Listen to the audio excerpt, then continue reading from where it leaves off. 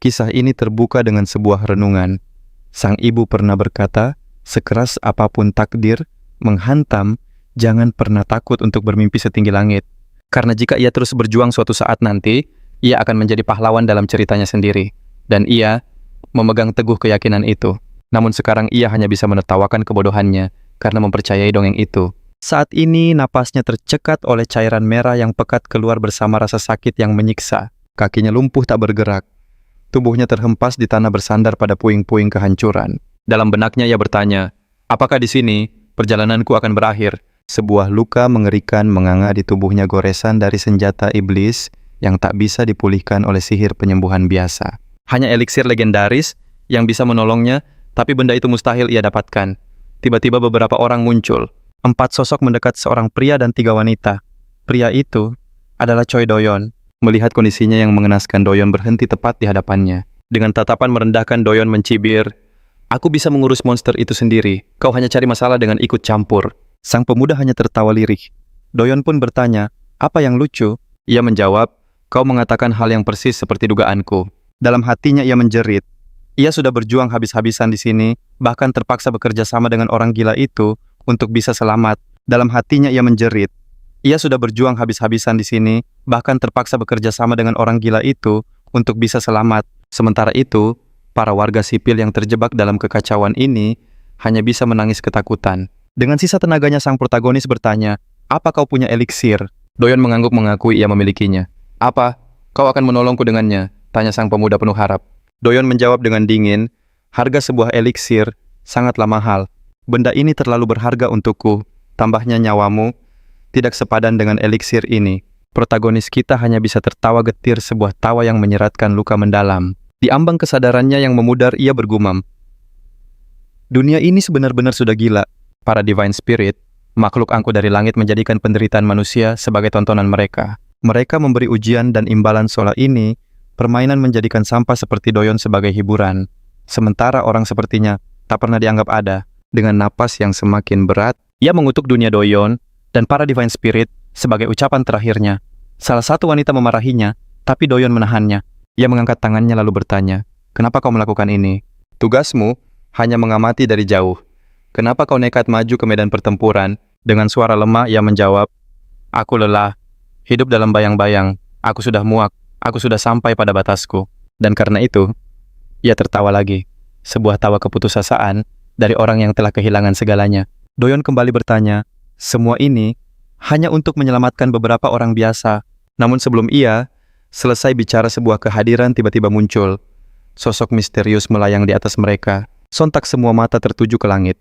Dia adalah seorang teller, sang perantara sekaligus penonton. Makhluk inilah yang menuntun umat manusia dan menjadikan mereka mainan bagi para Divine Spirit. Dengan senyum antusias, sang teller berkata, "Kalian telah menyelesaikan ujian bertahan hidup ini dengan luar biasa." Teller itu melanjutkan, "Aku tak sabar menanti ujian berikutnya. Akhir sudah dekat, jadi berikan pertunjukan terbaik kalian." Protagonis kita menyuruh Doyon E-nya. Dengan nada mengejek ia berkata, "Pergilah engkau dan para pengikutmu." Gadis berambut merah itu menggerutu, tapi temannya menyuruh untuk tidak mempedulikannya. Wajah Doyon mengeras karena marah. Protagonis pun penasaran. "Apa kau akan memakai eliksir itu untukku? Apa kau merasa kasihan padaku?" Doyon hanya membalikkan badan lalu pergi bersama kelompoknya, meninggalkan protagonis kita seorang diri. Sang protagonis hanya bisa berbisik selamat tinggal. Seketika rasa sakit yang hebat kembali menghantam, membuatnya terbatuk hebat. Satu hal yang terlintas di benaknya. Pada akhirnya ia gagal menjadi pahlawan dalam kisahnya sendiri. Ia gagal di dunia ini, dan juga gagal dalam cerita yang ia dambakan. Ia tidak pernah benar-benar menjadi pemeran utama dalam takdirnya. Di tengah rasa sakit dan kehampaan ia bertanya, untuk apa sebenarnya ia berjuang selama ini? Setidaknya ia berharap surga itu nyata setelah semua penderitaan ini. Dengan penyesalan mendalam ia berjanji, jika ada kesempatan kedua, jika ia bisa menebus segalanya, ia akan bangkit melampaui siapapun. Begitu tinggi hingga ia tak perlu lagi iri pada siapapun dan bisa benar-benar bangga pada dirinya. Kehidupan seperti itulah yang ia dambakan. Dengan tangan terangkat ke langit, air mata mengalir dan kesadarannya perlahan memudar selamanya. Lalu tirai pun berganti. Kita melihat sekumpulan makhluk putih mungil. Sang protagonis membuka mata bertanya-tanya di mana ia berada. Apa ia masih hidup? Itu mustahil. Ia tertusuk oleh tombak iblis, terkutuk. Seharusnya tak ada harapan untuk selamat. Tiba-tiba ia melihat pantulan dirinya dan seketika terperanjat. Ia kini menjadi salah satu dari makhluk-makhluk mungil itu. Sebuah suara bergema, sepertinya semua telah hadir. Kalimat itu menarik perhatiannya. Ia melihat sosok humanoid berkepala rusa. Itu adalah seorang Ta'ayor. Namun yang satu ini memancarkan aura berbeda dari para pengawas manusia pada umumnya. Ta'ayor itu menatap makhluk-makhluk kecil itu dan berkata akan menjelaskan situasi mereka secara singkat. Kini mereka semua akan bekerja untuk Celestial Body ini. Semua berkumpul untuk membuktikan nilai dan kemampuan masing-masing. Penjelasan itu terdengar sangat tidak masuk akal dan membuat sang protagonis bingung. Meski sang protagonis belum paham betul Ta'ayor itu menyatakan penjelasannya sudah selesai. Tiba-tiba sebuah portal terbuka menyedot semua makhluk kecil itu ke dalamnya. Sang Ta'ayor berseru, "Tunjukkan apa yang kalian bisa." Teriakan para makhluk kecil itu menggema saat mereka terlempar ke dalam kehampaan angkasa yang tak bertepi. Sang protagonis kembali bingung. Apa ia akan lenyap lagi? Sebuah jendela status muncul bertuliskan Genesis Blessing Activated. Sebuah aura menyelimuti tubuhnya memungkinkannya untuk bernapas. Ia kemudian melihat sebuah misi. Ia harus membuat kontrak atau akan sirna dalam waktu 1 jam. Ia mengeluh ini benar-benar gila. Diberi waktu hanya 1 jam untuk misi acak semacam ini. Ia lalu sadar dirinya melayang di angkasa dengan bumi tepat di bawahnya. Ia terheran bagaimana bisa bumi tampak baik-baik saja, padahal seharusnya sudah hancur lebur. Ia yakin dirinya telah tiada, tapi kini ia terlahir kembali sebagai seorang tailor. Apapun itu, sekarang ia harus fokus pada misi. Jika ini masa lalu, maka ini adalah era saat para kolektor masih aktif. Setelah gerbang terbuka dan monster muncul para kolektor, inilah yang memburu mereka layaknya para pemburu dungeon. Ia sadar bahwa ia harus memilih seorang kolektor yang belum terikat kontrak apapun. Ini aneh karena kolektor butuh kontrak dengan teller untuk mendapat dukungan dari para Divine Spirit. Tanpa itu mereka tak akan dapat poin. Ini terasa seperti misi yang terlampau mudah. Ia membuka peta dan mencoba memilih lokasi. Tapi sulit karena tubuhnya hanya punya tangan yang mungil. Bahkan tanpa jari hanya tonjolan kecil. Lalu sesuatu yang aneh mulai terjadi. Adegan beralih pada tengkorak rusa yang mengawasi mereka. Ia bergumam. Sepertinya ini takkan menyenangkan. Tak ada satupun dari mereka yang paham situasinya. Tapi kemudian matanya terbelalak saat melihat sang protagonis telah kembali ke wujud manusianya. Sang protagonis bertanya-tanya apakah ini karena keinginannya. Tapi itu tak penting. Ia menekan pilihan Seol dan langsung berpindah. Yang lain terkejut dan bertanya-tanya apa yang baru saja terjadi. Sang tengkorak rusa berkeringat dingin. Biasanya proses itu butuh 2-4 minggu. Tapi dia hanya perlu 3 menit berkat plot armor. Ia pun menyeringai menyimpulkan bahwa misi kali ini tidak akan membosankan sama sekali. Adegan pun beralih ke kota Seoul.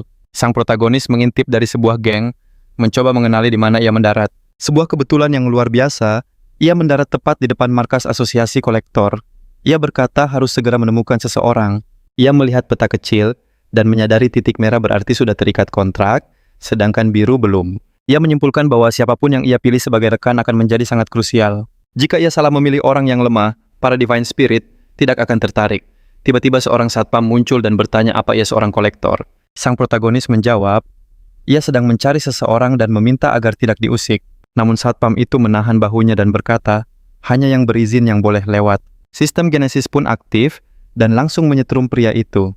Sang satpam terkejut dan bertanya apakah protagonis adalah seorang teller. Setelah menyadari kebenarannya, ia langsung panik dan lari terbirit-birit sambil meminta maaf. Perlakuan seperti ini menegaskan satu hal, aku benar-benar kembali ke masa lalu. Tapi dia tak peduli dan terus berjalan. Tiba-tiba, sebuah jendela aneh muncul di depannya, menampilkan nama dan usia setiap orang. Dia sadar kemampuan ini tak banyak membantu misinya. Mana mungkin dia mewawancarai semua kolektor satu persatu, lalu matanya menangkap buku-buku yang melayang di atas kepala mereka. Dia pun bertanya-tanya, apa hanya dia yang bisa melihatnya? Satu hal yang pasti ini bukanlah bagian dari sistem Genesis. Mungkinkah ini adalah kemampuan khusus miliknya seorang? Waktu tersisa 37 menit. Dia mencoba menarik salah satu buku itu dengan pikirannya dan ternyata berhasil. Dia langsung membacanya, dan isi di dalamnya benar-benar membuatnya terperangah. Dengan penuh semangat dia bergumam, kemampuan ini sungguh luar biasa. Kini tak ada lagi keraguan tentang kekuatan yang dimilikinya. Kembali pada si tengkorak rusa, dia melihat penghitung waktu para teller yang dikirim. Ternyata, hanya tersisa 1. Awalnya dia begitu bersemangat karena berubah lebih cepat. Tapi sekarang dengan sisa waktu 1 menit harapan seakan pupus. Cerita beralih kembali pada sang protagonis. Dia kini tengah menatap seorang gadis yang asyik menyantap mie. Gadis itu tampak begitu ketakutan. Bagaimana kau bisa masuk? Siapa kau sebenarnya? Tanyanya dengan suara bergetar. Dia mengancam akan memanggil polisi jika pemuda itu tak pergi. Tapi sang protagonis hanya diam. Hei, apa kau mendengarku? Sementara itu, si tengkorak rusa tak percaya sang protagonis bisa menemukan kolektor hanya dalam 1 menit. Dunia yang dipijak sang protagonis bukanlah dunia yang biasa. Ini adalah perpaduan unik antara kenyataan dan fantasi di mana alam fisik dan spiritual menyatu tanpa batas yang jelas. Saat merenung, dia menyadari sesuatu yang mengejutkan. Isi buku di tangannya. Kekuatannya benar-benar seperti sebuah cheat. Kesadaran itu langsung membakar kembali semangatnya yang sempat padam. Salah satu buku menuliskan Kim Sang-duk telah bangkit 5 tahun lalu dan mendapatkan kemampuan meriam air. Buku itu tak hanya mencatat kekuatan, tapi juga mengungkap masa lalu mereka.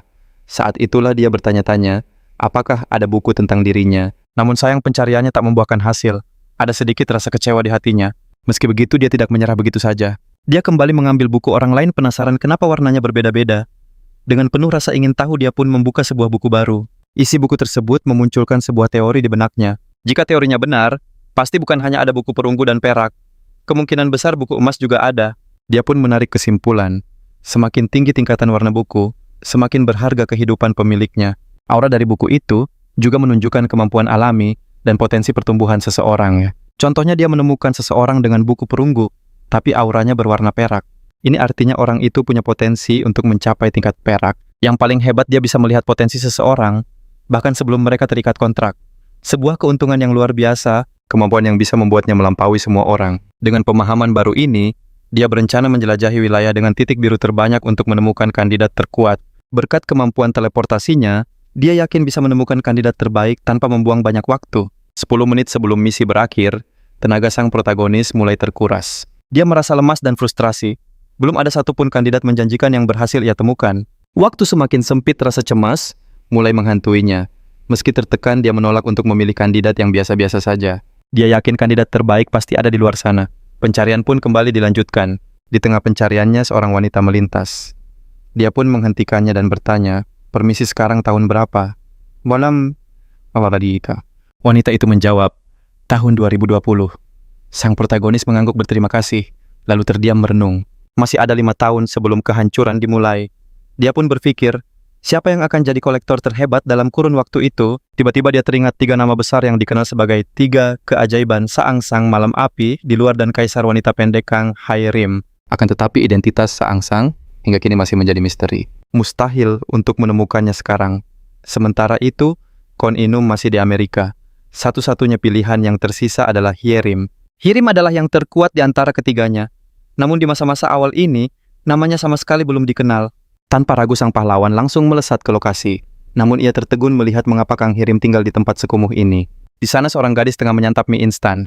Saat namanya dipanggil, bahunya tersentak kaget. Momen inilah yang menyatukan takdir mereka. Pria itu menatapnya lekat, memastikan gadis di hadapannya adalah Kang Hye-rim. Hye-rim mengangguk pelan membenarkan identitas dirinya. Tanpa basa-basi, pria itu memperkenalkan diri sebagai Kang Yo-hyun, seorang teller dari Celestial Body Inc. Tujuannya jelas menawarkan sebuah kontrak. Sontak Hye-rim terkesiap kaget. Reaksi berlebihannya membuat Yo-hyun ragu. Apa aku memilih orang yang benar? Batinnya. Di seberang sana, Hye-rim pun diliputi kebimbangan. Tawaran ini terdengar terlalu indah untuk jadi nyata.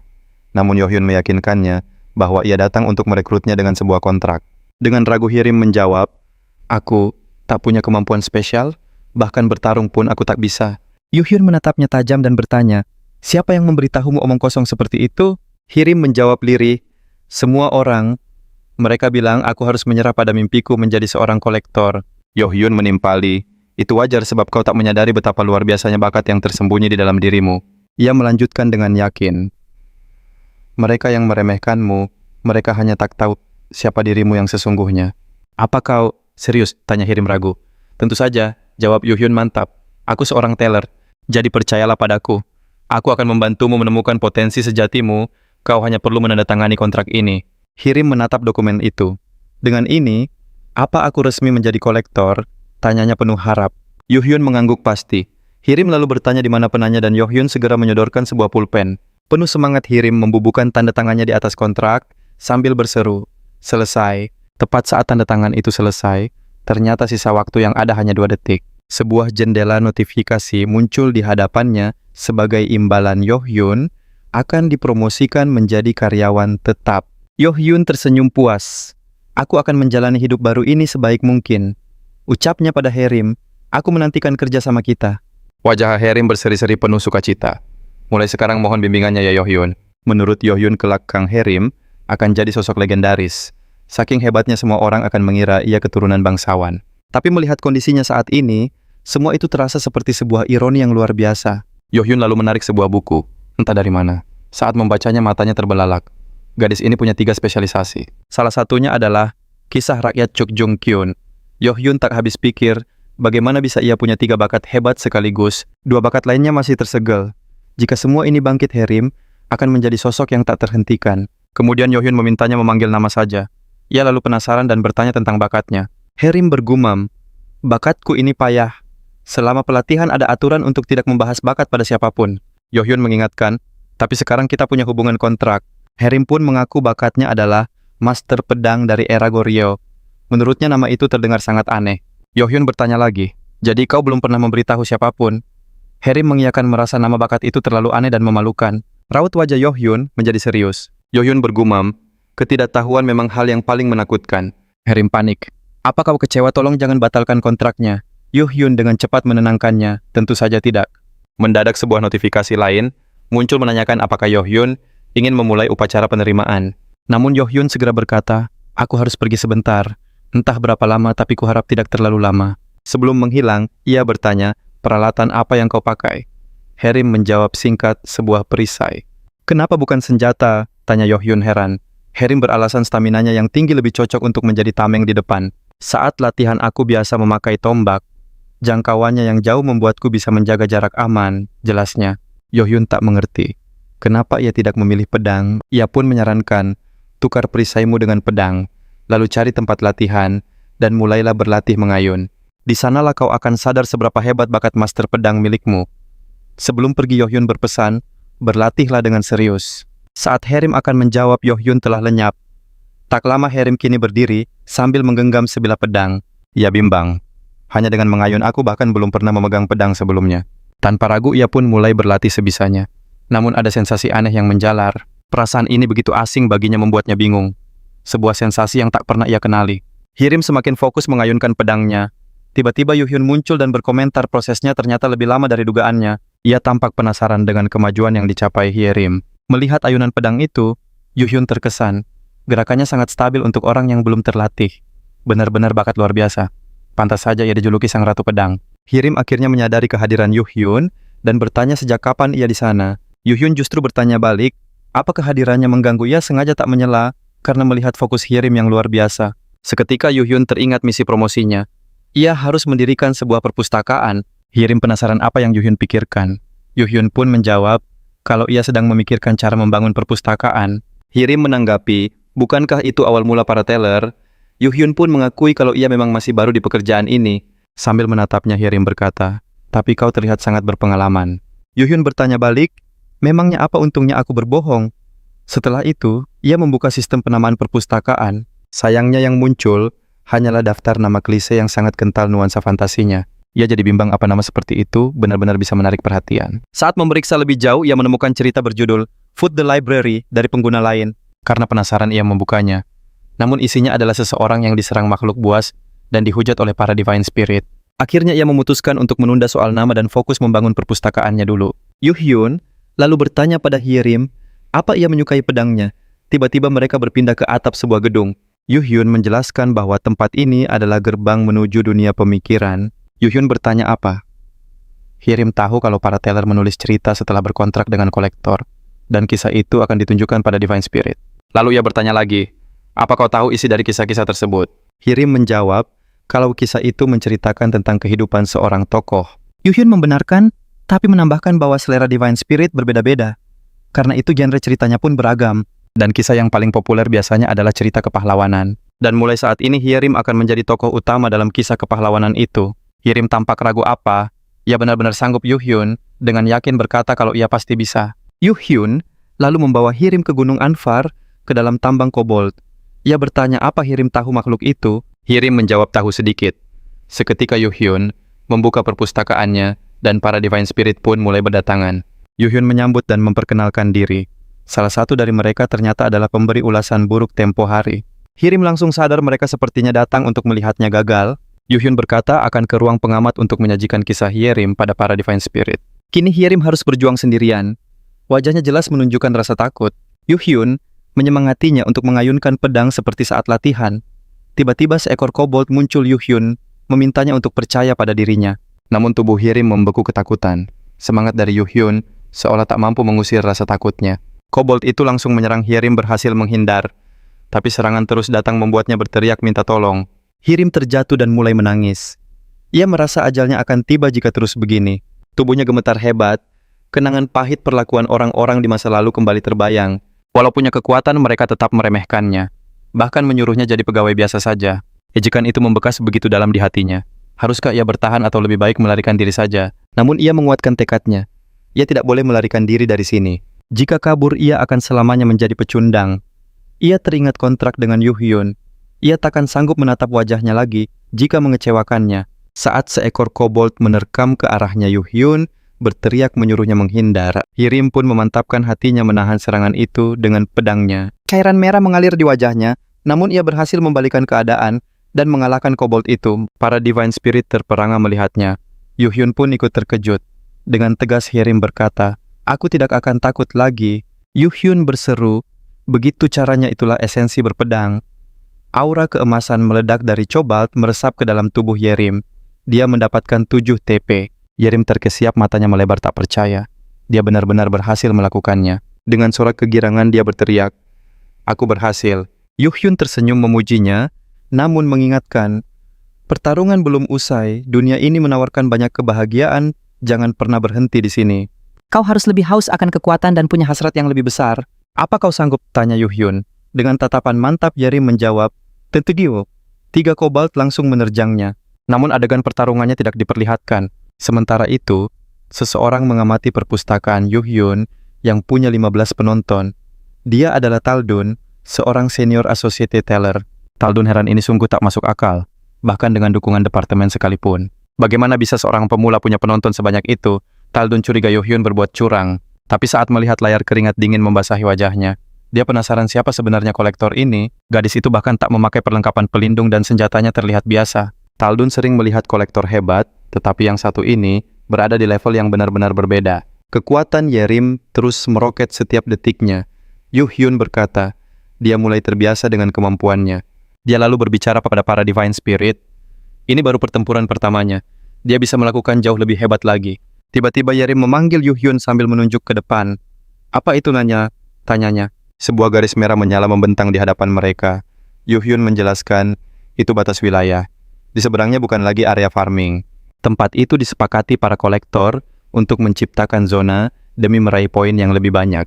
Hyerim mulai menurunkan pedangnya sementara Taldun berpikir, ini adalah pencapaian luar biasa untuk pemula. Yuhyun bertanya, apa engkau kecewa karena ini sudah berakhir? Hyerim mengaku sedikit kecewa. Tapi Yuhyun menyeringai, siapa bilang ini sudah berakhir? Karena sudah sampai sini, kenapa tidak kita tuntaskan sampai akhir? Hyerim tampak bingung. Yuhyun melanjutkan, kau akan menaklukkan seluruh Mind Realm ini. Dia mengungkap sebuah rahasia, jika seseorang menaklukkan alam pikiran tempat itu, akan lenyap dari realitas. Lalu alam pikiran yang baru akan muncul di tempat lain. Tak ada yang tahu ceritanya tanpa memasukinya sendiri. Itulah sebabnya tak ada yang berani mencoba, dan banyak yang melarang untuk menamatkannya. Hyerim ragu. Apa ini? Tidak apa-apa. Yuhyun menjawab santai, kalau ada masalah bilang saja aku yang memaksamu. Namun mata Hyerim menunjukkan dia tak ingin berhenti. Akhirnya Hyerim mengangguk mantap mengikuti ucapan Yuhyun. Yuhyun meminta para Divine Spirit memberinya semangat. Di sisi lain, Taldun penasaran apa yang akan mereka lakukan. Dia yakin Hyerim tak akan berani melewati batas itu. Tapi tanpa ragu Hyerim melompat melewatinya. Taldun terperangah. Dia tak percaya Hyerim benar-benar nekat melakukannya. Dia bergumam tak percaya. Gadis itu sudah gila melintasi batas itu terlarang. Seketika jumlah penonton melonjak drastis. Yuhyun menjelaskan dulu orang sangat tertarik pada Mind Realm. Tapi sejak batas itu, ada para Divine Spirit jadi tak peduli. Mereka bahkan siap memicu kiamat, hanya demi sebuah cerita yang menarik. Tapi Yuhyun tahu akhir dari dunia ini. Menurutnya dunia harus berubah dari dalam, bukan karena paksaan dari luar. Jumlah penonton terus bertambah. Yuhyun memujinya, kerja bagus. Mereka kini tiba di level terdalam. Wajah Hyerim tampak berseri-seri. Ekspresinya terlihat sangat menggemaskan. Yuhyun menyarankannya istirahat, dan Hyerim mengangguk mengakui tubuhnya mulai lelah. Yuhyun berkata, dia bisa bertahan sejauh ini berkat bakatnya, meski fisiknya belum bisa mengimbangi kekuatannya. Lalu dengan mata berbinar Yuhyun bertanya bagaimana rasanya saat pertama kali memegang pedang itu. Hyerim menjawab penuh semangat. Luar biasa. Kuharap aku memilikinya sejak dulu. Yuhyun mengamati buku di atas kepala Yerim. Cahayanya kini bersinar jauh lebih terang dari sebelumnya. Sesuatu di dalam dirinya telah berubah. Yuhyun mengingatkan ini adalah level terakhir. Kau masih ingat para cobalt yang kabur tadi? Herim mengiyakan dan Yuhyun melanjutkan analisisnya bahwa mereka sepertinya menunggu bergerak sangat teratur, seolah punya pemimpin. Dengan tenang Yuhyun memberinya pilihan, kamu bisa berhenti di sini kalau mau. Namun Hayarim justru tertawa dengan tatapan yang menantang. Bercanda aku, sudah melangkah sejauh ini. Tentu saja harus kuselesaikan. Jangan berpura-pura baik, setelah mendorongku melewati batas. Yuhyun tersenyum tipis. Tentu saja tidak. Akhirnya mereka pun melanjutkan perjalanan. Di sisi lain, Yuhyun tersenyum lega. Dalam hati ia mengaku sempat ragu, dan hampir membujuknya untuk mundur. Tapi sekarang ia yakin Herim sudah siap. Yuhyun pun berkata, sudah saatnya mereka menetapkan tujuan. Ia lantas bertanya, apa kamu tahu cara menyelesaikan sebuah mind realm? Herim menjawab, tentu. Dan Yuhyun mengangguk puas. Ia menjelaskan kalau syarat untuk menaklukkan tempat ini cukup sederhana, yaitu basmi semua kobalt yang ada. Tapi Yuhyun menekankan Herim harus mengincar pemimpin mereka terlebih dahulu. Katanya ada banyak cara menyelesaikan mind realm, tapi yang ini tergolong simple. Herim gembira mendengarnya dan bersenandung kecil sambil bertanya apa mereka akan segera berangkat. Yuhyun mengangguk tapi menyarankan agar Herim mengganti senjatanya dulu. Herim bingung lalu menunduk dan sadar pedangnya sudah retak parah. Yuhyun menjelaskan jika mereka terus maju dengan senjata seperti itu, pedangnya pasti akan hancur berkeping-keping. Padahal sejauh ini pedang itu sudah luar biasa kuat menahan semua tekanan. Herim mulai merengek. Lalu bagaimana sekarang? Yuhyun berkata, poin yang Herim kumpulkan sudah banyak jadi ia bisa memilih pedang baru. Herim pun bertanya, memangnya tidak ada diskon? Dengan berat hati Herim menekan tombol pembelian mengucapkan selamat tinggal pada poin berharganya dan akhirnya mendapat sebilah pedang baru. Poinnya kini ludes tak bersisa. Yuhyun berkomentar pedang itu terlihat cocok untuknya. Herim masih menggerutu soal poinnya yang lenyap. Tapi Yuhyun hanya berkata, kumpulkan saja lagi nanti di dalam gua. Adegan pun beralih ke bagian terdalam gua, tempat pemimpin para kobalt menunggu bersama pengawalnya. Herim berdiri di sana sambil mengomel menyalahkan mereka karena pedangnya rusak. Para kobalt bisa merasakan aura kemarahan dari tatapannya. Tanpa ragu Herim melesat ke arah mereka menghantam tanah, lalu mulai menghabisi mereka satu persatu. Sambil bertarung ia berteriak, kalian tahu betapa susahnya aku mengumpulkan semua poin itu. Tak lama matanya menangkap sosok sang pemimpin dan langsung melompat ke arahnya. Pemimpin kobalt itu tampak gemetar. Dalam satu tebasan kilat riwayatnya pun berakhir. Dengan itu, gua kobalt dinyatakan telah ditaklukkan. Adegan beralih ke sebuah kafe Herim, terlihat sangat puas melahap makanannya. Enak sekali, serunya sambil terus makan. Yuhyun menatapnya dan bertanya, apa memang seenak itu? Herim mengangguk antusias berkata, kalau ia senang berhasil mengumpulkan begitu banyak poin dari penaklukan tadi. Yuhyun bilang Herim terlalu berlebihan, dan kalau ia terus berusaha makanan seperti itu, bisa ia nikmati kapan saja. Herim terkejut dan bertanya, benarkah? Yuhyun menjawab semua tergantung cara Herim menggunakan poinnya. Tapi kalau makan kue setiap hari ia bisa jadi gemuk. Herim menyipitkan mata merasa ucapan Yuhyun sedikit menyebalkan. Ia lalu mengganti topik bertanya soal bakat khususnya Goryo Ages Swordmaster. Yuhyun balik bertanya apa Herim tahu tentang Jungwon. Kemudian kita diperkenalkan pada kisah Chuk Yun Kyung yang dulunya adalah seorang perwira militer kelas rendah. Ia pernah seorang diri memanjat tembok benteng, bahkan melawan ribuan musuh sendirian hingga tak ada yang tersisa.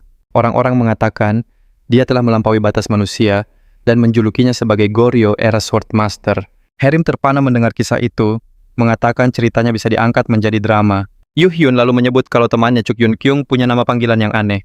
Herim penasaran dan bertanya, apa itu Mukigumi? Yinji. Yuhyun enggan menjawab. Meski Herim memohon ia tetap menolak mengatakan itu bisa dianggap pelecehan. Herim bingung apa hubungannya, lalu Yuhyun menyuruhnya mencari sendiri. Saat Herim membaca hasilnya di ponsel, wajahnya langsung memerah padam. Dengan kesal, ia melemparkan ponselnya ke arah Yuhyun dan menggerutu kalau itu benar-benar pelecehan. Yuhyun bertanya, kenapa kamu jadi melampiaskannya padaku? Yuhyun menjelaskan itulah alasan kisah Chuk Yun Kyung tidak pernah dirilis secara resmi, tapi menurutnya bakat Herim jauh lebih hebat dari dugaannya. Herim jadi malu mendengarnya. Yuhyun lalu bergumam bertanya-tanya di mana sosok Sword Empress dari masa depan itu sekarang berada. Seolah-olah semua ini hanyalah sebuah pementasan takdir. Yuhyun menggenggam pergelangan tangan Herim. Waktu kita tak banyak, ujarnya. Rencana harus tetap berjalan. Tunggu dulu, protes Herim, kueku saja bahkan belum habis. Adegan berganti Herim tampak ragu. Apa ini akan baik-baik saja? Yuhyun tersenyum menenangkan. Sudah sempurna, lebih percayalah pada dirimu. Ingat pesanku tadi. Harry menghela napas. Ia jangan tertawa konyol dan jaga sikap di depan para Divine Spirit. Yuhyun tersenyum puas. Penonton terus bertambah. Sepertinya kabar tentang kita sudah menyebar. Para Divine Spirit tampak terpesona. Wajar saja, ujar Yuhyun. Mereka belum pernah melihatmu secantik ini. Yuhyun mulai menjelaskan, kalau ditanya aspek terpenting sebuah karakter, jawaban orang pasti kekuatan. Lalu yang kedua mungkin mereka akan menjawab kepemimpinan atau hal sejenisnya lanjutnya. Tapi bagiku, kata Yuhyun, dengan tatapan tajam, yang terpenting kedua adalah penampilan. Pesona Harry mulai memikat para dewa. Pahami ini baik-baik sebelum kita masuk ke alam pikiran. Ia lalu menunjukkan sebuah cerita. Pernah dengar tentang ini? Tanyanya. Pernah dengar, jawab Harry, tapi aku belum pernah melihatnya langsung. Bakatmu memang luar biasa, tapi itu saja tidak akan cukup untuk menghadapi tantangan di depan. Yuhyun menjelaskan bahwa di dunia ini cerita adalah cara utama untuk mendapatkan kemampuan. Harry pun mulai menyerap cerita itu. Bagaimana rasanya? Tanya Yuhyun. Sangat menyegarkan. Itu reaksi yang bagus. Biasanya kolektor lain kesulitan menyerap dua cerita sekaligus. Cerita ini milik siapa? Dan dari mana poinnya berasal? Tanya Harry penasaran. Yuhyun mengalihkan pembicaraan. Sekarang waktunya memberi tontonan yang bagus untuk para dewa. Mereka tiba di alam pikiran. Kita ada di mana? Tanya Harry. Yuhyun hanya meliriknya mengingatkan soal sikap. Harry langsung memasang wajah serius. Ini labirin Krit, jelas Yuhyun. Belum ada yang pernah berhasil menyelesaikannya.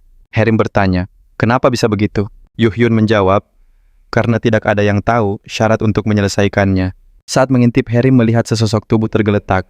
Yuhyun memberi isyarat agar dia diam. Sepertinya mereka baru saja gugur, gumam Yuhyun saat melihat jumlah penonton mencapai 100. Bahkan ada teller di antara mereka. Jelas sekali mereka berniat mencuri ide kita. Tapi biarkan saja. Anggap ini cara untuk membangun basis penggemar. Yuhyun lalu menyerahkan gulungan benang. Labirin ini sangat rumit, katanya. Seperti dalam mitos, gunakan benang ini agar kau tidak tersesat di dalamnya. Yuhyun lalu melangkah pergi sambil berkata, semoga berhasil. Harry terlihat cemas, tapi Yuhyun menyemangatinya. Terus maju, anggap ini tantangan kecil. Harry mengangguk mantap dan mulai melangkah. Seketika donasi pun mulai berdatangan. Dalam hati Yuhyun berpikir, dia mungkin tak sadar, tapi mentalnya jauh lebih kuat dari kolektor biasa. Dia bahkan tak panik melihat pemandangan tadi. Tiba-tiba Harry melihat cahaya terang di tikungan. Cahaya apa itu? Batinnya. Tunggu, seru Yuhyun, tapi semuanya sudah terlambat. Di hadapan Harry, seekor Minotaur mengaum marah dan langsung menerjang ke arahnya. Suara benturan keras terdengar membuat Yuhyun berteriak. Minotaur itu mengerang kesakitan melihat luka menganga di dadanya. Cairan merah pekat langsung mengalir deras dari luka tersebut. Makan malam hari ini adalah sup kepala sapi, ucap Harry dingin. Para dewa pun tampak kebingungan. Di sisi lain, Yuhyun tak percaya Harry mengucapkan kalimat yang begitu klise. Hati-hati cekis, seru Yuhyun. Kulitnya sangat tebal, tidak bisa dikalahkan dalam satu serangan. Tapi Harry terus menyerang. Gunakan taktik serang dan lari, Pak. Saran Yuhyun. Buat dia lelah baru habisi dia. Apa kau mendengarku? Tanya Yuhyun. Sebelum sadar kalau gadis itu tak berniat mundur sama sekali. Dengan gesit Harry menghindari serangan Minotaur dan mendarat dengan sempurna. Saat itu pedang Harry bersinar terang. Yuhyun bergumam tak percaya. Gila. Dia menggunakan aura pedang. Yuhyun mengungkap kalau aura pedang adalah kekuatan puncak yang hanya bisa diraih oleh master pedang sejati. Kebanyakan kolektor tak menguasainya sendiri tapi mendapatkannya dari sebuah kisah. Akan tetapi dia berhasil mengembangkan kekuatan itu murni dari kemampuannya. Yerim dan Minotaur saling mengaum. Seketika satu tebasan dahsyat melesat ke arah monster itu. Serangan itu langsung membuatnya terhempas. Bahkan lantai di bawahnya hancur berkeping-keping. Saat Hayerim menatap Minotaur yang tak berdaya donasi pun langsung membanjiri akunnya. Yuhyun terkekeh. Tanpa perlu campur tangan, jumlah Divine Spirit yang terhubung padanya seketika berlipat ganda. Perkembangan mereka sungguh pesat. Tapi kemudian Hyerim merasakan kejanggalan. Dia sadar, meski Minotaur sudah tumbang realm, pikiran tak kunjung terbuka. Yuhyun mengungkap menaklukkan monster itu bukanlah syaratnya. Dia tahu, semua orang pasti bingung kenapa misi belum selesai, padahal monsternya sudah dikalahkan. Karena jalan keluar labirin ini bukanlah dengan menaklukkan Minotaur. Banyak kolektor di kehidupan sebelumnya gagal total karena mereka tak tahu cara yang sebenarnya. Yuhyun lalu membisikkan satu-satunya cara melarikan diri dari tempat ini. Hyerim langsung berpikir, kalau begitu dia hanya perlu mengikuti benang itu kembali. Tapi Yuhyun menepisnya, itu hanya akan membawamu ke pintu masuk. Hyerim bingung. Lalu di mana jalan keluarnya? Tatapan Yuhyun mengarah ke atas membuat Hyerim sadar. Langit-langit. Yuhyun tersenyum misterius. Kau tahu kisah tentang Daedalus? Hyerim mengangguk. Yuhyun menjelaskan, Daedalus adalah sang jenius yang menciptakan labirin rumit ini. Akan tetapi, tetap ada seseorang yang berhasil kabur dari tempat yang mustahil ini. Hyerim langsung menebak Theseus dan Yohyun membenarkannya. Karena Daedalus membocorkan rahasia benang Raja Minos yang murka menjebaknya bersama Ikarus anaknya. Namun sang jenius itu tetap menemukan jalan keluar. Yohyun lalu menunjukkan sehelai bulu, membuat mata Hyerim berbinar. Rupanya bulu-bulu ini tersebar di seluruh labirin. Hyerim langsung mengerti. Dia segera berlari dan mulai mengumpulkan semua bulu itu. Setelah cukup banyak terkumpul, dia berseru, "Ini sudah cukup." Yohyun memberinya selamat. Dia baru saja mendapatkan sayap Ikarus yang memberinya kemampuan terbang sekali sehari. Yohyun menyadarkannya dari lamunan menyuruhnya bergegas. Hyerim hanya bisa berkata, kalau ini keberuntungan yang luar biasa. Seketika tepe dan donasi kembali mengalir deras untuknya. Kembali di apartemen Hyerim, dengan bangga memamerkan sayap barunya dan meminta pendapat Yohyun. Yohyun mengakui penampilannya keren. Dengan poin sebanyak itu, Hyerim bukan lagi orang yang sama seperti dulu. Yohyun menyuruhnya berhenti, tapi Hyerim malah melempar ciuman dan berkata pesonanya bahkan bisa memikat Divine Spirit. Jadi kenapa Yohyun seolah sama sekali tidak terpengaruh olehnya? Yohyun menyuruhnya berhenti bercanda. Apa kau sudah ke asosiasi? Tertanyanya. Hyerim menjawab belum dan balik bertanya. Yohyun mengingatkan kalau dia harus segera memperbarui kelasnya. Dia tidak bisa selamanya di kelas 9, terlebih jika dia ingin mulai mencari uang. Tanpa ragu Hyerim langsung terbang, meminta Yohyun menunggunya. Begitu tiba di sana, kecantikan Hyerim langsung menjadi pusat perhatian. Yohyun memperingatkan agar tidak pamer sayap. Dengan gugup Hyerim menyangkal niatnya. Di meja resepsionis, seorang petugas menyambut ramah kedatangan mereka. Yohyun menjelaskan tujuan mereka mengklaim hadiah dari penyelesaian Mental Realm. Orang-orang pun mulai berbisik. Ada 2 Mental Realm yang baru saja selesai. Mungkinkah gadis ini pelakunya? Beberapa orang berkomentar sinis mengatakan, tipe egois seperti itu tak akan bisa bertahan lama. Petugas bertanya apa ada yang membantunya. Yohyun dengan tegas menjawab, dia menyelesaikannya sendirian. Cibiran langsung terdengar menganggapnya bualan. Petugas itu kemudian menanyakan peringkat Hyerim. Dan Yohyun menjawab dengan tenang, dia masih di peringkat 9. Petugas itu terdiam, lalu berkata akan memanggil atasannya. Suasana di sekitar mereka menjadi semakin tegang. Mereka menduga Hyerim setidaknya kelas 5. Mustahil seorang dari peringkat 9 bisa melakukannya. Yohyun merasa semua lancar, tapi tiba-tiba seorang pria mendekat. Beraninya kalian datang kemari dengan kebohongan seperti itu. Dia pikir ini candaan. Mustahil wanita sepertinya bisa menaklukkan Mental Realm. Hyerim hanya menatapnya dingin. Tak terima diabaikan, pria itu mulai melontarkan ejekan kasar. Hyerim tetap tak bergeming. Pria itu naik pitam mengangkat tangannya dan membentak. Kau masih berani mengabaikanku? Yohyun maju menengahi. Sudah jelas dia tidak mau bicara denganmu. Pria itu membalas sinis. Sebagai manajer, jangan ikut campur urusan kolektor. Aku bukan manajernya, sahut Yohyun, tapi rekannya. Mendengar itu, pria tersebut menyebutnya penipu dan mengancam Yohyun untuk pergi jika tak mau kena masalah. Yohyun menolak. Pria itu melayangkan tinju, tapi Hyerim dengan sigap menahan lengannya. Lepaskan selagi aku masih baik, ancamnya. Namun tiba-tiba terdengar suara benturan keras. Hyerim membantingnya ke lantai hingga terkapar. Yohyun hanya berkomentar, sudah kuperingatkan untuk hati-hati. Pria itu tak percaya dengan yang baru saja terjadi. Mustahil wanita sekecil itu bisa menjatuhkannya. Dia bangkit dan kembali menyerang Hyerim, namun ia kembali terbanting ke lantai. Penonton terkejut, seorang kelas 7 kalah dari kelas 9. Amarahnya memuncak saat sadar ini, semua adalah rencana Yohyun dari awal. Dia mencoba bangkit meski tubuhnya masih tersungkur. Suasana jadi tegang. Pria itu bersumpah akan membalas Hyerim dan menunjukkan kekuatan aslinya. Dia juga ingin menghapus senyum dari wajah Yohyun, tapi Hyerim menyuruhnya diam dan menekannya lebih dalam. Pria itu menatap tak percaya pada apa yang menimpanya. Sementara Yohyun menduga Hyerim telah menguasai teknik penambah berat tubuh dengan aura, Hyerim yang ditatap hanya tersipu membuat semua orang sadar kekuatannya jauh di atas kelas 9. Beberapa pria berjas rapi mendekat dan bertanya apa yang sedang terjadi. Mereka menegaskan perkelahian dilarang di sini, lalu bertanya siapa yang memulai keributan. Yohyun menyindir, melihat kalian datang begitu lama, sepertinya ada yang sengaja menonton dari awal. Tiba-tiba seorang pria lain datang dan bertanya, kenapa kalian berkelahi di tempat ini? Apa ini taman bermain? Yohyun balik bertanya, Andakah penanggung jawab di sini? Pria itu mengangguk dan bertanya, lalu Anda siapa? Yohyun menjawab bahwa ia rekan dari pihak yang terlibat, dan ini semua hanya kesalahpahaman. Tidak ada perkelahian, hanya sedikit selisih paham, jelasnya. Tapi pria itu menyerang duluan, jadi kami terpaksa membela diri. Pria itu bertanya kebenarannya. Yohyun menyuruhnya melihat sekitar, tak ada yang terluka sama sekali. Dia menambahkan, justru kami harusnya berterima kasih karena sudah menangkap pembuat onar. Para saksi pun membenarkan mereka bukan pembuat onar. Mendengar itu, pria tadi langsung meminta maaf. Yuhyun berkata ia hanya menginginkan hadiah yang dijanjikan setelah menyelesaikan Mind Realm. Dia pun bertanya, kapan penanggung jawab sebenarnya akan datang? Pria itu menjawab, itu saya, lalu meminta maaf atas keterlambatannya dan mengajak Yuhyun bicara empat mata. Yuhyun setuju dan mengajak Herim. Orang-orang di sana berbisik memuji betapa kerennya mereka. Yuhyun lega debut Hyerim berjalan dengan sangat lancar. Sekarang saatnya memanfaatkan semua keuntungan dari asosiasi. Ia melihat buku perak terang di atas kepala pria itu, sebuah tanda bahwa dia bukan orang biasa. Pria itu tadi sempat menekan mereka, tapi langsung mengubah sikapnya.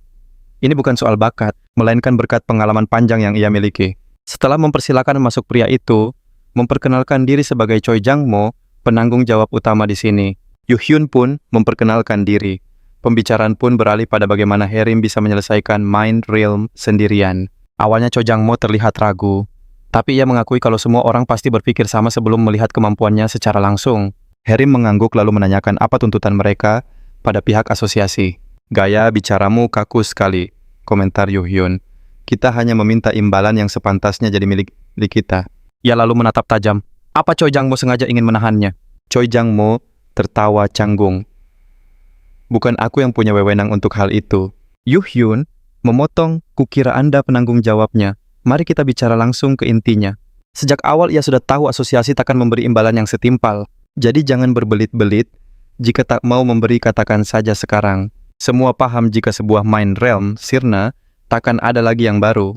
Pencapaian ini bahkan sudah diakui sah oleh pemerintah dan para kolektor. Jang Mo menghela napas. Sikapmu yang terus terang ini justru mempersulit keadaan. Apa kau tidak menyadari hal itu? Tanyanya menekan. Yuhyun mengangguk. Mind Realm ada untuk membuktikan nilai kolektor pada Divine Spirit. Tapi lihatlah kelakuan semua orang sekarang. Yang terjadi malah kebalikannya. Jang Mo menyangkal, tiap Mind Realm baru butuh sumber daya besar bahkan ada yang jadi korban. Itu hanya dalih, balas Yuhyun. Jang Mo marah. Apa kau mau bertanggung jawab atas nyawa mereka? Kenapa aku? Mereka hanya menjalankan tugasnya sebagai kolektor, balas Yuhyun. Sudah tidak dapat imbalan sekarang malah harus menanggung risiko. Itu risiko masing-masing. Jang Mo membentak, jaga bicaramu. Hanya karena tak menimpamu, bukan berarti kau bisa bicara seenaknya. Yuhyun menyinggung nyawa yang dipertaruhkan. Ini konyol, kita semua akan lenyap jika terus begini. Menghindar karena takut tidak akan mengubah apapun, lanjutnya. Itulah kenapa kami bergerak. Para kolektor sudah kehilangan arah. Hanya mementingkan diri sendiri. Pria itu menyeringai. Apa kau berbeda? Yuhyun menjawab tegas, ya, aku takkan lari atau menghalangi orang lain. Jang Mo tertawa, dan kau minta imbalan untuk itu. Sistem ini takkan goyah. Yuhyun balik bertanya, apa Anda tidak takut dengan akibatnya? Jang Mo meremehkan, apa yang bisa dilakukan dua orang seperti kalian? Mungkin ini sia-sia, tapi aku penasaran reaksi pihak lain. Jang Mo bingung. Pihak lain? Tiba-tiba jendela virtual bermunculan. Di sana tertulis pada Divine Spirit sedang murka. Yuhyun tersenyum tipis. Aku lupa menyebutkan satu hal. Aku adalah Tellerer dari Celestial Bodies Inc. Selamat datang di perpustakaanku. Jang Mo terperangah. Ia mengira Yuhyun hanya manajer biasa melihat sikap rendah hatinya saat bernegosiasi. Caranya memperlakukan manusia begitu berbeda dari teller lain yang angkuh. Seketika Jang Mo sadar semua ini adalah rencana Yuhyun dari awal. Keringat dingin membasahi pelipisnya. Tak ada lagi alasan yang bisa menyelamatkannya. Citra asosiasi hancur para Divine Spirit marah. Ini akan jadi masalah besar. Otaknya berputar kencang, mencoba mencari jalan keluar dari jebakan ini. Namun senyum Yuhyun hanya menebar teror. Tatapan itu seolah berkata, kau sudah masuk perangkapku. Kakinya gemetar, hingga ia terduduk lemas. Yuhyun tertawa, syukurlah Anda cepat tanggap. Walau sebenarnya aku berharap Anda sedikit lebih lambat. Jika pria itu tetap keras kepala Yuhyun, bisa dapat untung lebih besar. Jang Mo ternyata cerdas. Apa? Maumu sebenarnya? Tanya Jang Mo lirih. Yuhyun menjawab, bukankah sudah kujelaskan? Jang Mo mengakui kekalahannya, menjanjikan hadiah dan bonus sebagai permintaan maaf. Yuhyun merasa itu tak perlu, tapi menolak adalah tindakan yang tak sopan. Yuhyun lantas menanyakan pendapat para Divine Spirit, apakah masalah ini bisa diampuni? Sebagian dari mereka ingin Jang Mo dilenyapkan, tapi suara terbanyak memilih memaafkannya. Mengikuti suara mayoritas Yuhyun, bahkan menerima donasi. Ia pun meminta Jang Mo segera menyetor ke akun yang ditunjuk. Jang Mo mengangguk setuju. Sebelum berpisah, Yuhyun meminta satu permintaan lagi. Dia ingin Jang Mo mencari seseorang. Saat ditanya siapa, Yuhyun menyebut nama Choi Do-yeon. Sang protagonis pun mulai menjelaskan ciri-ciri Do-yeon, dari tinggi usia hingga perawakannya. Setelah urusan itu selesai, ia terlihat sedikit mengeluh soal akting yang baru saja dilakukannya. Tiba-tiba Yuhyun merasakan hal aneh dan berkata, "Aku harus pergi sebentar." Ia berjanji akan kembali dan langsung berteleportasi. Kini Yuhyun tampak melayang di atas kota menanyakan identitas seorang pria misterius. Pria itu hanya menatapnya membuat Yuhyun harus mengulangi pertanyaannya sekali lagi. Akhirnya pria itu bersuara menganggap Yuhyun rekrutan baru dan tujuannya adalah menyambutnya ke divisi pentagram. Yuhyun sekali lagi bertanya siapa dia sebenarnya. Pria itu memperkenalkan diri sebagai Jinpong, anggota divisi pentagram dan juga seniornya. Tapi pria itu membentaknya menyebutnya lancang dan sombong. Dengan tenang Yuhyun memintanya memanggil namanya dengan benar. Jinpong terkejut karena biasanya butuh 3 minggu untuk mendapat nama resmi. Sementara Yuhyun langsung mendapatkannya begitu bergabung. Namun Jinpong tak peduli dan hanya meminta Yuhyun menurut. Seketika itu juga Yuhyun menolaknya. Pria itu kebingungan dan memintanya mengulangi jawabannya. Dengan tegas Yuhyun berkata tidak mau bergabung dan bertanya berapa kali harus ia katakan.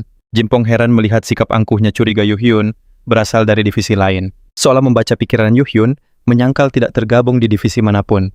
Pria itu menekankan lagi status seniornya. Namun Yuhyun membalas dingin jika ingin dihormati, maka bersikaplah seperti senior. Dengan tajam Yuhyun mengejeknya bahwa ia bahkan bukan asisten manajer. Ia menduga pria itu hanya karyawan biasa yang sok bicara senioritas. Jinpong terperangah. Yuhyun menganggap pria itu hanya datang untuk mencari-cari gara-gara dengan rekrutan baru. Pria itu kembali membahas soal divisi. Tapi Yuhyun menyuruhnya bilang ke atasan ia takkan bergabung selama pria itu ada. Jika mereka memang serius ingin merekrutnya, lebih baik kirim orang yang lebih pantas, atau suruh saja penanggung jawabnya datang sendiri. Setelah berkata begitu, Yuhyun mengusir pria itu yang akhirnya lenyap dengan teleportasi. Yuhyun pun kembali ke tempat Hyerim yang kaget melihatnya kembali secepat itu. Hyerim bertanya urusan apa yang disebutkannya tadi. Yuhyun menjawab sudah waktunya mencari manajer untuknya. Adegan beralih keduanya kini berjalan menyusuri jalanan untuk mencari sebuah fasilitas manajemen. Namun Yuhyun berkata bahwa ini bukan tempatnya meski ia tahu lokasinya sudah dekat. Tak lama, ia melihat bangunan yang dituju. Hyerim sedikit kaget melihat tempat itu, tampak sangat sederhana. Yuhyun memastikan inilah tempat yang benar lalu mengetuk pintunya. Suara wanita dari dalam meminta mereka menunggu. Pintu pun terbuka, dan seorang wanita bertanya keperluan mereka. Yuhyun tidak langsung menjawab. Pikirannya tiba-tiba melayang ke kilasan masa lalu setelah perang. Sebuah suara di benaknya berkata, sudah terlambat untuk memperbaiki hubungan yang retak. Meski semua terlihat baik untuk sementara, masalah pasti akan datang lagi nantinya. Yuhyun melihat Dayun mencekik seorang wanita, memperingatkannya untuk menjauhi dia dan ikut bersamanya. Namun suara wanita di hadapannya menyadarkan lamunannya.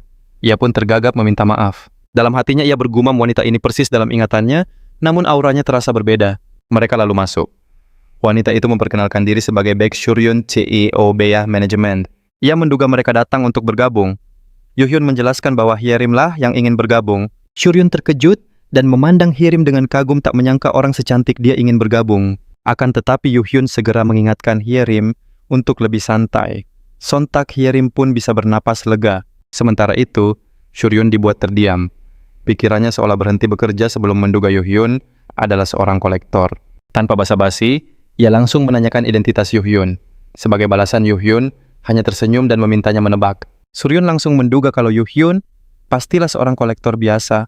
Mustahil orang penting datang hanya untuk mencarikan gadis itu seorang manajer. Lalu ia bertanya, apa jangan-jangan kau seorang teller? Yuhyun tampak terkesan karena Suryun bisa menebaknya dengan begitu mudah. Suryun menjelaskan bahwa teller punya aura berbeda dari orang biasa. Jika diperhatikan, mereka memancarkan energi khusus yang menonjol. Dan benar saja di masa depan Baek Suryun akan menjadi komandan pasukan Baek yang memimpin banyak orang. Kemampuan analisisnya yang tajam membawanya menjadi seorang kapten. Yuhyun pun membenarkan tebakannya dan memperkenalkan diri. Suryun tampak sangat antusias seorang teller datang langsung ke kantornya adalah sebuah kehormatan. Tak lama mereka bertiga pun larut dalam obrolan hangat membahas pertemuan pertama Hyerim dan sang protagonis. Pembicaraan pun beralih ke urusan kontrak yang langsung mereka sepakati dan tanda tangani saat itu juga. Hyerim lantas bertanya pada Suryun, apa saja sebenarnya tugas seorang manajer. Suryun menjelaskan tugas manajer adalah mendukung penuh sang kolektor, mulai dari jadwal makanan hingga wawancara agar ia bisa fokus. Melihat banyaknya pekerjaan, Hyerim penasaran apakah Suryun memiliki karyawan lain untuk membantunya. Dengan bangga Suryun menjawab tidak. Semua pekerjaan ini ia tangani seorang diri. Ia bercerita sebelumnya ia pernah bekerja untuk sebuah klan yang sangat ternama. Seharusnya ia juga mengurus transportasi, tapi dananya habis untuk kantor. Ia bahkan punya sertifikat forklift dan keahlian mengelas. Pria ini benar-benar multitalenta. Suryun meyakinkan kalau semua urusan bisa ia atasi. Yuhyun menenangkan Suryun agar tak cemas. Urusan pemilihan Mindrealm dan jadwal akan ia tangani sendiri. Mengingat Hyerim masih pendatang baru jasa Suryun, belum akan terlalu sering dibutuhkan untuk saat ini. Tapi Yuhyun yakin melihat perkembangan Hyerim jasa Suryun akan segera mereka perlukan. Dan jika saat itu tiba Suryun, mungkin tidak akan punya waktu lagi untuk istirahat. Mereka pun pamit berjanji akan segera menghubunginya jika sudah tiba waktunya. Saat berjalan keluar, Yuhyun tiba-tiba melontarkan pertanyaan acak. Apakah Hyerim punya sebuah impian? Yuhyun teringat percakapan di masa lalu. Saat ia bertanya keinginan Suryun, jika dunia normal Suryun menjawab ingin punya banyak uang. Mendengar jawaban itu, Yuhyun tersenyum. Inilah sosok baik Suryun yang selalu ia kenal. Sambil berjalan, Yuhyun sadar itulah alasan Hyerim dan Suryun cepat akrab. Keduanya punya ambisi yang membara. Hyerim pun merasakan hal yang sama. Meski baru bertemu, ia merasa sudah lama kenal dengan Suryun dan bertanya apakah itu aneh.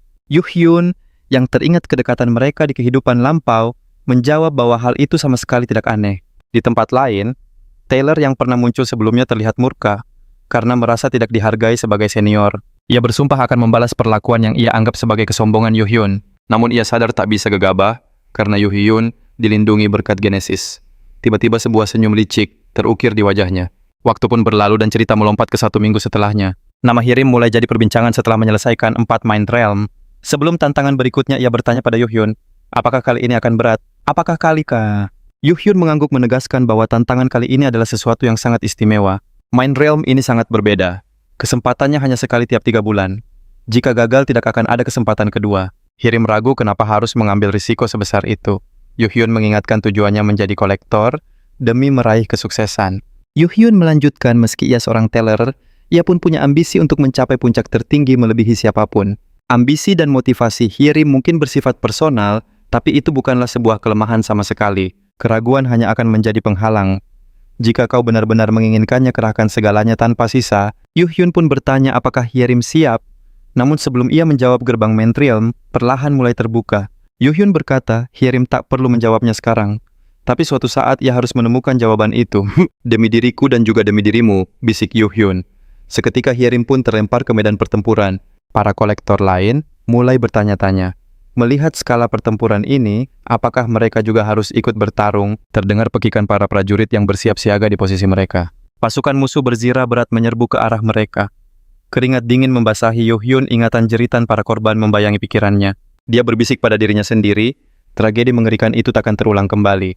Kilas balik seminggu lalu di Celestial Body Inch, dia bersama makhluk-makhluk gumpalan imut dan sesosok tengkorak rusa. Mereka membahas prosesi penerimaan yang akan diadakan di hadapan para Divine Spirit. Para makhluk kecil itu terkesiap kaget mendengarnya. Tengkorak rusa menenangkan para Divine Spirit, takkan berada di ruangan yang sama. Tak perlu cemas. Semua orang lantas menikmati minuman dan makanan yang telah tersedia. Yuhyun menjelaskan Celestial Body Incorporated adalah organisasi teller terbesar dan terhebat dari 3 organisasi besar yang ada. Sambil terpesona menatap pemandangan kota raksasa yang melayang di antara bintang. Makhluk kecil bertanduk mendekatinya. Kenapa kau menyendiri di pojok tidak ikut pesta? Yuhyun menjawab singkat, dia memang tak ingin bergabung. Makhluk itu mencibir, kau pikir kau lebih hebat setelah mengubah penampilanmu. Lalu ia memperingatkan akan segera menyusulnya.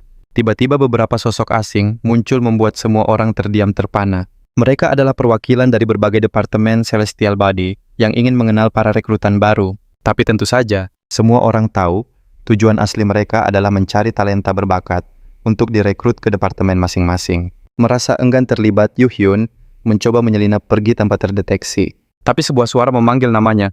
Seketika dia dikerumuni orang yang berebut menawarinya posisi. Yuhyun panik mencari cara kabur hingga matanya menangkap sosok yang familiar. Tanpa pikir panjang, ia berlari ke arahnya berpura-pura akrab. Kau seharusnya memberitahuku. Haskat kita aku. Kalau kau ada di sini, bisiknya berharap orang itu mengerti sandiwaranya. Sosok itu terlihat sedikit terganggu, namun membiarkan Yuhyun menariknya menjauh dari keramaian. Yuhyun berterima kasih atas bantuannya, tapi keheningan orang itu mulai terasa aneh dan janggal. Saat Yuhyun hendak pamit, pria itu akhirnya bersuara menganggap insiden ini menarik. Dia mengaku sedang menyamar agar tak dikenali lalu bertanya, bagaimana kau bisa menemukanku? Seketika Yuhyun merasakan aura berbahaya. Dia sadar orang ini bukanlah sosok biasa. Sikapnya langsung waspada. Apa maumu sebenarnya? Pria itu menjawab santai. Hanya penasaran, aku takkan mencelakaimu untuk saat ini. Lalu ia mengulang pertanyaannya. Sejujurnya, Yuhyun tidak melihatnya. Dia hanya melihat sebuah buku yang sangat mencolok. Dengan fokus pada buku itu, ia justru bisa merasakan keberadaan pria tersebut. Yoyun berdalih itu adalah kemampuan spesialnya mata yang bisa melihat hal tak kasat mata. Awalnya ia ragu, tapi saat sadar tak ada yang mengenali pria itu, ia pun memanfaatkan situasi. Pria itu tak tampak yakin, menyebut alasan itu terdengar sangat meragukan. Tapi Yoyun bersikeras dia berbeda dari teller lain. Pria itu tersenyum. Aku sudah menyadarinya. Yohyun segera meminta maaf atas kelancangannya. Pria itu justru tertawa. Mungkin ini takdir. Lalu mengajaknya bertaruh. Aturan taruhannya sederhana saja. Tebak siapa aku, dan kau akan dapat hadiah. Jika gagal, kau harus bertanggung jawab karena menggangguku. Yohyun yakin tak akan bisa menebak, jadi ia mencoba mengintip isi buku pria itu. Namun ia terkejut buku itu tak bisa ia buka sama sekali. Ini bukti betapa kuatnya pria itu. Sebuah pertanda bagaimana dunia campuran ini bekerja. Kau tak bisa berbuat sesukamu jika kekuatanmu tak seberapa. Ia lalu teringat para Divine Spirit akan datang dan pembahasan tentang 5 faksi besar. Adam's Heaven, Asgard, Hermopolis Olympus, dan Pandemonium tempat para jawara berkumpul. Atmosfer mencekam menyelimuti Yuhyun. Buku aneh dengan ukiran ular berkepala 3 di tangannya seakan menjadi petunjuk membuatnya mulai menduga identitas asli pria misterius itu. Yuhyun mendeskripsikannya sebagai sang ular penghancur, naga merah yang melahap segalanya, sosok yang nyaris menyentuh puncak cahaya, namun terhempas ke jurang tergelap. Seketika Yuhyun sadar pria di hadapannya adalah seorang Divine Spirit, generasi pertama Pandemonium Satan. Rambutnya terurai panjang saat tawa kerasnya menggelegar membenarkan dugaan Yuhyun. Sambil bertepuk tangan, ia mengaku tak pernah menduga Yuhyun akan mampu mengungkap identitasnya. Satan mengaku semua ini awalnya hanyalah permainan, tapi kini Yuhyun pantas menerima pengakuannya. Seharusnya dirinya lah yang menerima hukuman karena telah menyusup ke upacara itu. Bukan Yuhyun yang dihukum, namun Yuhyun tahu itu hanya tipu daya. Jika kalah Satan tak akan ragu menghukumnya. Sebab Satan adalah sosok yang selalu menepati ucapan. Ia mengangguk mengakui kekalahannya dan akan memenuhi janjinya. Ia berjanji akan membangun sebuah perpustakaan megah dan mengajak Yuhyun untuk bergabung dalam proyek itu. Dengan itu Satan secara langsung menawarkan diri menjadi sponsor Yuhyun. Ia lalu bertanya, bagaimana menurutmu? Yuhyun terperangah. Sponsor dari Divine Spirit tingkat tinggi adalah anugerah langka. Bahkan, spirit kelas menengah saja sudah jadi keberuntungan seumur hidup. Cukup dengan menyambut tangan Satan, kesempatan emas ini akan langsung jadi miliknya. Tapi Yuhyun bimbang. Benarkah ini jalan yang terbaik untuknya? Setelah berpikir matang dengan tegas, ia memutuskan untuk menolak tawaran itu. Satan bertanya alasannya. Yuhyun mengakui tawarannya luar biasa, tapi kebebasan perpustakaannya akan hilang. Skenario terburuknya ia bisa saja menjadi musuh bagi para Divine Spirit dari Eden. Satan mengerti tapi ia tetap bertanya, bukankah keuntungannya jauh lebih besar dari risikonya? Dengan tenang Yuhyun mengakui kehebatan para Divine Spirit, terutama Satan, dan keinginannya untuk bekerja sama. Tapi jika ia menerima sponsor tersebut, perpustakaannya hanya akan berisi kisah dari Pandemonium, dan kendalinya akan jatuh ke tangan Satan. Yuhyun percaya pada potensi tak terbatas dari semua kisah yang bisa ia kumpulkan kelak. Demi menempuh jalannya sendiri, ia terpaksa harus menolak. Ia yakin sosok bijak seperti Satan pasti dapat memahami keputusannya. Satan tertawa lagi kagum pada ambisi Yuhyun yang melebihi Pandemonium itu sendiri. Ia menegaskan itu bukan ejekan. Ia justru memuji keberanian Yuhyun. Perkataannya benar, sponsor itu hanya akan membelenggu potensinya. Yuhyun malah memilih jalan terjal, dan itulah yang membuat Satan begitu tertarik padanya. Satan memutuskan untuk mengakhiri pembicaraan karena ia tak ingin memaksakan kehendaknya pada orang lain. Yuhyun bertanya, apa itu artinya kau menyerah? Satan menjawab ia tidak yakin. Penolakan Yuhyun justru membuatnya semakin ingin memilikinya. Sekalipun itu berarti harus merebutnya dengan cara paksa. Satan kembali memastikan apa Yuhyun benar-benar tidak menginginkan tawaran sponsor darinya. Yuhyun menjawab, ia lebih mengharapkan donasi tulus dari para spirit, bukan tawaran yang mengikat seperti ini. Satan berkata jika teller lain yang bicara begitu, ia pasti sudah dihukum karena dianggap angkuh. Lagi pula citranya akan rusak jika ia memberi sesuatu tanpa imbalan apapun. Yuhyun telah memenangkan taruhan, jadi ada harga yang harus dibayar. Tapi tidak untuk sekarang. Sebelum menghilang Satan mengaku senang bertemu dengannya, dan berjanji akan mampir ke perpustakaannya kelak. Dengan keringat dingin, Yuhyun bertanya dalam hati sudah berapa lama waktu berlalu. Ia pun menjauh dari keramaian para teller, hingga menemukan sebuah perpustakaan tersembunyi. Ia terkejut ada perpustakaan di sini. Anehnya tak ada satu orang pun yang mengikutinya. Yuhyun membuka sebuah buku, berniat untuk menenangkan diri dengan membaca sejenak. Tiba-tiba sebuah suara berkata, aneh sekali ada tamu di sini. Yuhyun menoleh dan disambut cahaya yang menyilaukan. Ia langsung tahu sosok ini bukan orang biasa. Buku yang disentuhnya bahkan bersinar terang, tanda kisah berharga di dalamnya. Sosok bercahaya itu lalu bertanya siapa dirinya. Yuhyun memperkenalkan diri sebagai anggota baru penulis cerita. Sosok itu tertawa lalu meminta maaf atas sikap kasarnya. Melihat aura Yuhyun yang luar biasa, sang tetua tak menyangka ia adalah seorang pendatang baru. Dia menduga Yuhyun adalah sosok yang kini jadi buah bibir. Yuhyun lantas bertanya apa yang dilakukan tetua di tempat ini. Pria itu tersenyum menjelaskan bahwa ialah yang menjaga perpustakaan ini. Saat ditanya apakah dia bekerja di sini, ia tertawa. Ia mengaku sudah pensiun dan hanya menjaga tempat ini karena keinginannya sendiri. Seketika Yuhyun sadar pria di hadapannya ini bukanlah orang sembarangan. Sang tetua bertanya, apa tak masalah kau melewatkan upacara penyambutan? Yuhyun mengaku sempat datang sebentar, namun karena terlalu banyak yang ingin tahu, ia akhirnya memilih untuk menyingkir. Mendengarnya pria itu tertawa. Ia teringat masa mudanya yang serupa dan menebak Yuhyun belum memilih departemen. Yuhyun mengiyakan, ia memang berniat untuk tetap seperti itu untuk saat ini. Sang tetua lalu bertanya, tidakkah kau takut menempuh jalan ini sendirian? Yuhyun mengakui bohong jika ia bilang tidak takut. Meski begitu ia punya tujuan yang harus ia raih. Pria itu tersenyum. Berarti kau juga punya logging. Yuhyun tampak bingung dan menanyakan artinya.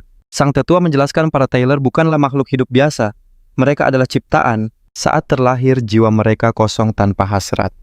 Biasanya sistem atau para tailor senior yang akan menentukan takdir mereka. Akan tetapi menapaki jalan yang dipilihkan orang lain adalah sebuah kekeliruan. Lanjutnya sebagian besar tailor tak pernah punya logging atau keinginan sejati.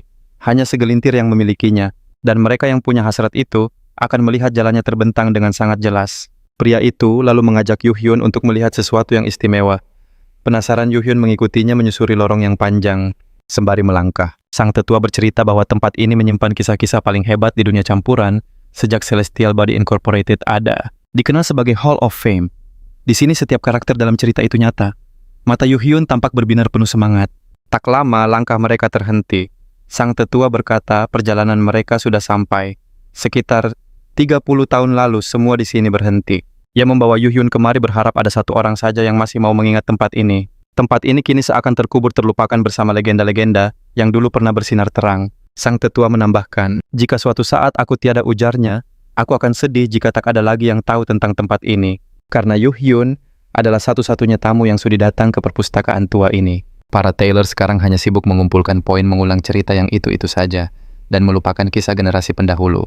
Tapi ia yakin akan tiba saatnya ketika kisah-kisah lama ini menjadi harta yang tak ternilai. Yuhyun lalu berpikir jika takdirnya berakhir dan Doyun berhasil melewati The Trial, mungkin Doyun yang akan berakhir di sini. Yuhyun pun menyuarakan keinginannya yang besar untuk bisa berada di aula ini. Meski perasaan itu memicu amarahnya, ia berterima kasih pada sang tetua atas pengalaman berharga ini. Ia pun menanyakan nama sang tetua. Pria itu hanya tersenyum. Jika kau kembali lagi akan kuberitahu namaku. Yuhyun menatapnya sejenak. Sampai jumpa lagi. Dengan itu, upacara pembukaan dan babak alam pikiran pun berakhir. Tiba-tiba sebuah suara memanggil Herim menyadarkannya dari kepanikan. Sang protagonis mengingatkannya untuk fokus. Herim bertanya dengan cemas, Apa ini medan perang? Yuhyun menjawab, benar, ini adalah pengepungan akhir abad pertengahan, saat 150.000 pasukan Ottoman melawan Kekaisaran Romawi Timur. Ia menjelaskan lebih jauh bahwa ini pengepungan Konstantinopel. Momen saat pasukan Romawi bertekuk lutut di hadapan kekuatan pasukan Ottoman. Herim bertanya, jadi, kita di pihak Romawi yang bertahan? Yuhyun mengangguk. Tepat sekali. Di kehidupan sebelumnya kau membangkitkan kekuatanmu di sini dan meraih gelar Ratu Pedang.